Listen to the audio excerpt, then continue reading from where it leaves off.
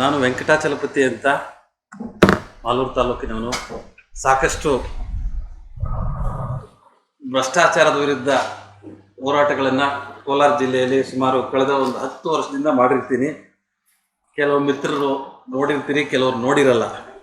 ಭ್ರಷ್ಟಾಚಾರದ ವಿರುದ್ಧ ಯಾವುದೇ ದೊಡ್ಡ ಅಧಿಕಾರಿ ಇರಲಿ, ರಾಜಕಾರಣಿ ಇರಲಿ, ಅವ್ರನ್ನ ನಾನು ಬಿಟ್ಟಿರೋ ಪ್ರಶ್ನೆನೇ ಇಲ್ಲ. ಆಮೇಲೆ ಸರ್ಕಾರಿ ಜಮೀನು ನನ್ನ ಕಣ್ಣಿಗೆ ಬಿದ್ದು ಯಾರಾದರೂ ಎನ್ಕ್ರೋಚ್ಮೆಂಟ್ ಮಾಡಿದರೆ ಅದನ್ನು ಸರ್ಕಾರದ ವಶಕ್ಕೆ ಕೊಡಿಸೋದಕ್ಕೆ ಸಾಕಷ್ಟು ಪ್ರಯತ್ನ ಮಾಡಿದ್ದೀನಿ. ಸಾಕಷ್ಟು ಭೂಮಿಗಳನ್ನು ಸರ್ಕಾರದ ವಶಕ್ಕೆ ಕೊಡಿಸಿದ್ದೀನಿ. ಬ್ಯಾಂಗ್ಳೂರಲ್ಲೂ ಸಹ ನಾನು ಹೆಚ್ಚಿನ ಹೋರಾಟಗಳನ್ನು ಮಾಡಿದ್ದೀನಿ, ಕೋಲಾರಲ್ಲೂ ಮಾಡಿದ್ದೀನಿ. ನನಗೆ ಏನನ್ನಿಸ್ತು ಅಂತಂದರೆ, ಇತ್ತೀಚಿನ ದಿನಗಳಲ್ಲಿ ಇನ್ನೂ ಹೆಚ್ಚಿನ ಸೇವೆ ಮಾಡಬೇಕು ಸಮಾಜಕ್ಕೆ. ಸಮಾಜದ ಕಡೆ ವ್ಯಕ್ತಿಗೂ ಸಂವಿಧಾನದ ಆಶಯಗಳನ್ನು ತಲುಪಿಸ್ಕೊಡ್ಬೇಕು ಅಂತ ಅನ್ನಿಸ್ತು. ಅದಕ್ಕೆ ಇಂಥ ಸಂದರ್ಭದಲ್ಲಿ ನಾನು ಒಂದು ಆಪ್ಷನ್ಸ್ ಹುಡುಕಿದೆ. ನನಗೆ ಅನಿಸಿದ್ದು, ಕಳೆದ 10 ವರ್ಷಗಳಲ್ಲಿ ಆಮ್ ಆದ್ಮಿ ಪಾರ್ಟಿ ನಿಸ್ವಾರ್ಥದಿಂದ ಜನರ ಸೇವೆ ಮಾಡಬೇಕು ಅಂತ ಹೇಳಿ ಜನರಿಗೋಸ್ಕರ ನಾವು ಏನು ಯೋಚನೆ ಮಾಡಬೇಕು ಅಂತಂದರೆ, ಪಕ್ಷ ನಡೆಸೋವಂಥವ್ರು ಏನು ಕ್ವಾಲಿಟೀಸ್ ಇದೆ, ಯಾರವರು, ಏನಕ್ಕೆ ಬಂದಿದ್ದಾರೆ, ದುಡ್ಡು ಮಾಡೋಕ್ಕೆ ಬಂದಿದ್ದಾರಾ, ಸೇವೆ ಮಾಡೋಕ್ಕೆ ಬಂದಿದ್ದಾರಾ? ನಮ್ಮ ಪಕ್ಷದ ರಾಷ್ಟ್ರೀಯ ಅಧ್ಯಕ್ಷರಾದಂಥ ಕೇಜ್ರಿವಾಲ್ ಅವರು IRS ಉದ್ಯೋಗಿ ಆಗಿದ್ರು. ಅವ್ರಿಗೆ ದುಡಿಬೇಕು ಅಂದರೆ ಅಲ್ಲೇ ಬೇಕಾದಾಗ ದುಡಿಬೇಕಿತ್ತು. ಅದನ್ನೆಲ್ಲ ಬಿಟ್ಟು ರಾಷ್ಟ್ರದ ಸೇವೆ ಮಾಡಬೇಕು ಅಂತ ಒಬ್ಬ ಸೈನಿಕರ ಥರ ಕೆಲಸ ಮಾಡಿದ್ದಾರೆ. ತಾವೆಲ್ಲ ನೋಡಿದಿರಿ, ಕಳೆದ ಒಂದು 6 ತಿಂಗಳಿಂದ ಜೈಲಲ್ಲಿದ್ದರು ಅವರು. BJP ಪಕ್ಷ ಮತ್ತೆ ಅವ್ರಿಗೆ ಗೆದ್ಬಿಡ್ತಾರೆ ಡೆಲ್ಲಿ ಅಂತ ಹೇಳಿ ತೊಗೊಂಡೋಗಿ ಜೈಲಲ್ಲಿಟ್ಟರು. ಯಾವುದೇ ದುಡ್ಡನ್ನು ರಿಕವರ್ ಮಾಡೋಕ್ಕೆ BJPಯಿಂದ ಇಲ್ಲಿ ತನಕ ಆಗಿಲ್ಲ. ಅಂದರೆ ಯೋಚನೆ ಮಾಡಿ, BJP ಅವ್ರು ಏನು ಮಾಡ್ತಾರೆ ಅಂದರೆ, ಅವ್ರ ವಿರುದ್ಧ ಯಾರಾದರೂ ಬೆಳೀತಾ ಇದ್ದಾರೆ ಅಥವಾ ಒಳ್ಳೆ ಕೆಲಸ ಸಮಾಜಕ್ಕೆ ಮಾಡುತ್ತೆ ಅಂತಂದರೆ ಅವ್ರನ್ನ ಹತ್ತಿಕ್ಕುವಂಥ ಕೆಲಸ ಮಾಡ್ತಾ ಇದೆ. ಅದು ತಾವೆಲ್ಲ ನೋಡಿರ್ತೀರಿ, ಹೆಚ್ಚಿಗೆ ಹೇಳುವಂಥದ್ದೇನಿಲ್ಲ. ಇಲ್ಲಿ ನಮ್ಮ ರಾಜ್ಯದಲ್ಲೂ ಇವತ್ತಿನ ದಿನಗಳಲ್ಲಿ ಅದೇ ಆಗ್ತಾ ಇದೆ. ಓಟಿಗೆ ನಮ್ಮ ಮತದಾರರನ್ನ ಹೀಯಾಳಿಸ್ತಾ ಇದ್ದಾರೆ ಈಗ ಇರೋಂಥ ರಾಜಕಾರಣಿಗಳು. ನಿಮ್ಮ ವ್ಯಾಲ್ಯೂ 1,000, 2,000, ಆಮೇಲೆ ನೀವು ನಮ್ಮ ಹತ್ರ ಬರಬೇಡಿ. ಅದನ್ನು ತಡಿಬೇಕು.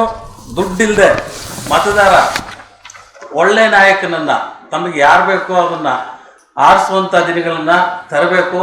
ಜನರನ್ನ ಮುಟ್ಟಿಸ್ಬೇಕು. ನಾವು ಏನು ಪ್ರಾಮಾಣಿಕತೆ, ಏನು ಭ್ರಷ್ಟಾಚಾರನ ಅಪ್ಕೋತೀರಾ, ಪ್ರಾಮಾಣಿಕತೆನ ಅಪ್ಕೋತೀರಾ ಅನ್ನೋವಂಥ ಧ್ಯೇಯ ನಂದಾಗಿದೆ.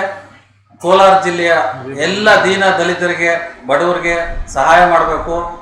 ಆಮೇಲೆ ಶಿಕ್ಷಣ ಮತ್ತು ಆರೋಗ್ಯ,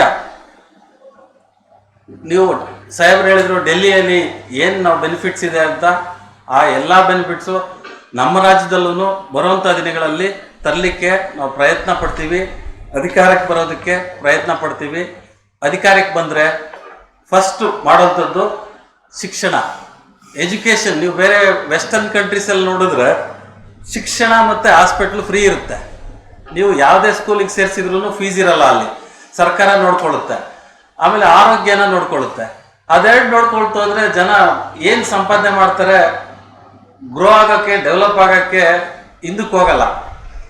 ಏನೆಲ್ಲ ಮನುಷ್ಯ ಇವತ್ತು ದುಡಿತಾ ಇದ್ದಾನೆ, ಮಧ್ಯಮ ವರ್ಗದವರು ಮತ್ತು ಕೆಳವರ್ಗದವರು, ಅವರು ತಮ್ಮ ಎಲ್ಲ ಖರ್ಚನ್ನು ಆಸ್ಪತ್ರೆ ಮತ್ತು ಶಿಕ್ಷಣಕ್ಕೆ ಖರ್ಚು ಮಾಡ್ತಾ ಇದ್ದಾರೆ. ಬೆಳವಣಿಗೆ ಆಗ್ತಾ ಇಲ್ಲ. ಸೊ ಆ ನಿಟ್ಟಿನಲ್ಲಿ ಶಿಕ್ಷಣ ಮತ್ತು ಆರೋಗ್ಯನ ತ್ವರಿತವಾಗಿ ಕಡೆ ವ್ಯಕ್ತಿ ಮತ್ತು ಮಧ್ಯಮ ವರ್ಗದ ಜನತೆಗೆ ಸಿಗೋ ಥರ ಮಾಡಬೇಕು ಅನ್ನೋದು ನಮ್ಮ ಮೂಲ ಉದ್ದೇಶ. ಅದಕ್ಕೋಸ್ಕರ ನಾನು ಈ ಪಾರ್ಟಿನ ಅಪ್ಕೊಂಡಿದ್ದೀನಿ. ನಾನು ಈ ಪಾರ್ಟಿಗೆ ಧ್ವನಿಯಾಗಿರ್ತೀನಿ. ಪ್ರಾಮಾಣಿಕತೆಯಿಂದ ನನ್ನ ತಾಯಿಯಂತೆ ಗೌರವಿಸಿ ಸೇವೆ ಸಲ್ಲಿಸ್ತೀನಿ ಜನಕ್ಕೆ ಮತ್ತು ಈ ಪಾರ್ಟಿಗೆ. ಥ್ಯಾಂಕ್ ಯು, ಧನ್ಯವಾದ. ಸರ್, ಈಗ BJP ಅಥವಾ ಕಾಂಗ್ರೆಸ್ ಸ್ಟಾರ್ಟ್ ಆದವಾಗ ಯಾವುದೇ ದೊಡ್ಡ ನಾಯಕರಿರಲಿಲ್ಲ. ನೀವು BJPಯಲ್ಲಿ ಹೆಂಗೆ ಅವ್ರು ರಾಜಕಾರಣ ಮಾಡ್ತಾ ಇದ್ದಾರೆ ಅಂತ ಸ್ವಲ್ಪ ನೋಡಿ.